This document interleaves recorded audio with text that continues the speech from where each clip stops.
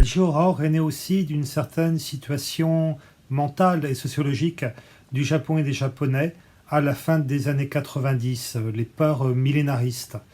Alors ces peurs, elles ont été particulièrement excitées par l'affaire de la secte Aum, la secte Aum qui était une secte apocalyptique menée par un dénommé Shoko Asahara.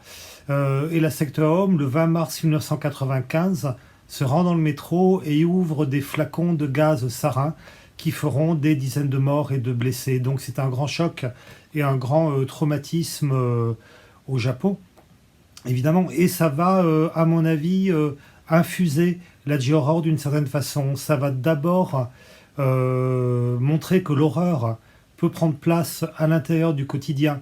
C'est-à-dire que l'horreur n'est pas représentée forcément par un monstre défiguré, atroce, ou alors par un monstre géant comme Godzilla, mais il peut prendre l'apparence de notre voisin dans le métro, voilà, qui ressemble à un salaryman comme les autres, et qui va ouvrir une boîte de flacons et diffuser la mort autour de lui.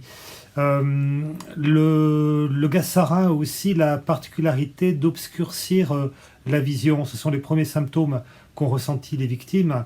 Et je pense qu'on peut retrouver cette lumière grisâtre, assombrie, dans les films de Kiyoshi Kurosawa, dans Cure, par exemple, qui raconte l'histoire d'un tueur amnésique sans personnalité, et qui peut être aussi une certaine image, voilà, de cette mort complètement anonyme, frappant au hasard, mais aussi dans Kairo, où le Japon est peu à peu vidé de ses habitants et remplacé par des fantômes. Le Japon devient le monde de l'au-delà.